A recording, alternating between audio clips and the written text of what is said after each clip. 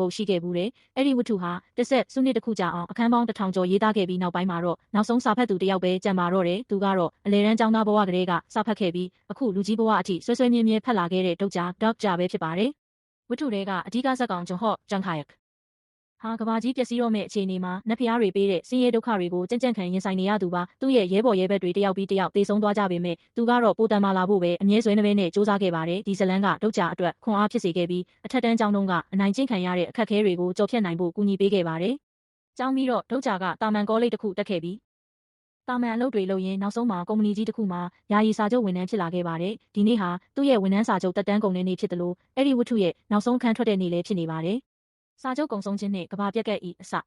အလုပ်စင်းချိန်မှာဒုတ်ဂျာတယောက်နောက်ဆုံးအခန်းကိုဖတ်ပြီးဇသိမ်းပိုင်းကိုစိတ်ပြတ်သွားပါတယ်ဘာလို့လဲဆိုတော့ဂျွန်ဟော့တယောက်တည်းပဲအသက်ရှင်ကျန်ရစ်ခဲ့လို့ပါဒုတ်ဂျာကဒီဇလန်ကအဆိုးဆုံးပဲဆိုပြီးစာရေးဆရာစီမက်ဆေ့ချပို့လိုက်ပါတယ်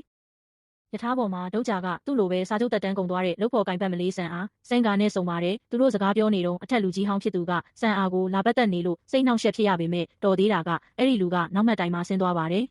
အဲ့ဒီအချိန်မှာပဲစာရေးဆရာစီကပြန်စာရောက်လာပါတယ်စာထဲမှာတော့နောက်ဆုံးထိဖတ်ပေးလို့ကျေးဇူးတင်ကြောင်းဒုတ်ဂျာကြောင့်သာဒီဝတ္ထုပြီးဆုံးနိုင်ခဲ့တာဖြစ်ကြောင်းရေးထားပြီးဇသိန်းကိုမကြရင်ည9နာရီဝန်ဆောင်မှုအသစ်စတင်ချိန်မှာမိမိဘာသာစိတ်ကြိုက်ပြန်ရေးကြည့်ဖို့ပြောထားပါတယ်ချက်ချင်းဆိုသလိုရထားကြီးတုန်ခါသွားပြီးရပ်တန့်သွားပါတယ်ထို့နောက်ဂလက်စီစနစ်8600စနစ်ရဲ့အခမဲ့ဝန်ဆောင်မှုပြီးဆုံးပါပြီအခပေးစနစ်စတင်ပါပြီဆိုတဲ့ကြေညာတန်ထွက်လာပါတယ်ဒုတ်ဂျာဖုန်းကြည့်လိုက်တော့ဝက်တိည9နာရီဖြစ်နေပြီးဒါဟာဝတ္ထုတွေကအစပြိုးပုံနဲ့ထပ်တူကြနေတာကိုသတိပြုမိသွားပါတယ်ပထမအဆင့်မစ်ရှင်အသက်ရှင်ရန်တက်ဖြတ်ပါယထာပေါ်မှာကိုရီးယားပုံပြင်တွေကလိုဒေါ်ကဲဘီဒေါ်ခေဘာလို့ခေါ်တဲ့မိစ္ဆာတတော်ဝါတကောင်ပေါ်လာပါတယ်ခရီးသည်တယောက်ကသူ့ကိုအော်ဆဲလိုက်တဲ့အခါဒေါ်ကဲဘီကမျက်လုံးကနေလေစာနဲ့ပစ်ပြီးခေါင်းကိုဖောက်ခွဲတက်ပစ်လိုက်လို့လူတွေအကုန်ထိတ်လန့်ကုန်ကြပါတယ်ဒေါ်ကဲဘီကနတ်ဖျားတွေကလူသားတွေကိုစိုးသွမ်းတဲ့တတော်ဝါတွေလို့သတ်မှတ်လိုက်ပြီးဖြစ်လို့အပြစ်ပေးတော့မှာဖြစ်ကြောင်းအစင်စင်ပေးမဲ့မစ်ရှင်တွေကိုဘယ်လိုဖြေရှင်းမလဲဆိုတာပေါ်မူတည်ပြီးကံကြမ္မာအဆုံးဖြတ်ခံရမှာဖြစ်ကြောင်းကြေညာပါတယ်မကြခင်မှာပဲပထမအဆင့်မစ်ရှင်ရဲ့ hologram စာတမ်းပေါ်လာပါတယ်ပထမအဆင့်မစ်ရှင်တစ်ဆက်မိနစ်အတွင်းယထာတွဲတွေကတက်ရှိတကောင်သို့မဟုတ်တကောင်ထက်မကကိုတက်ဖြတ်ရမည်အောင်မြင်မှာကဒင်းကားပြား300ရမည်ဖြစ်ပြီးကြာရှုံးမှာကတေဆုံးရမည်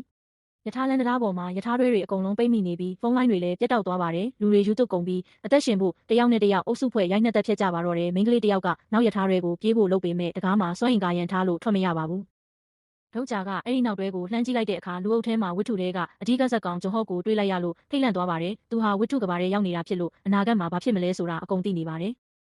မြစ်ထဲကနေတာရဲကြီးတကောင်ပေါ်လာပြီးယထာကိုရိုက်လိုက်လို့လူတွေမျက်နှာကျက်နဲ့စောင့်မိကုန်ကြပါတယ်ဒုတ်ဂျာကစီးမြင်းထဲမှာတက်ရှိလို့ပဲပြောထားပြီးလူလို့မပြောထားတာကိုသတိရသွားပါတယ်အနားမှာဂီယန်ဂီလီအောင်ဆိုတဲ့ကောင်လေးစီမှာပရွက်စိတ်မွေးတဲ့ဘူးရှိနေတာကိုတွေ့တော့ဒုတ်ဂျာကအဲ့ဒီဘူးကိုယူပြီးစံအားကိုပရွက်စိတ်အချို့ပေးလိုက်ပါတယ်ဒုတ်ဂျာကလူအုပ်ကိုနီးလန်းပြောဖို့စူးစမ်းပေမဲ့ဘယ်သူမှနားမထောင်ပါဘူး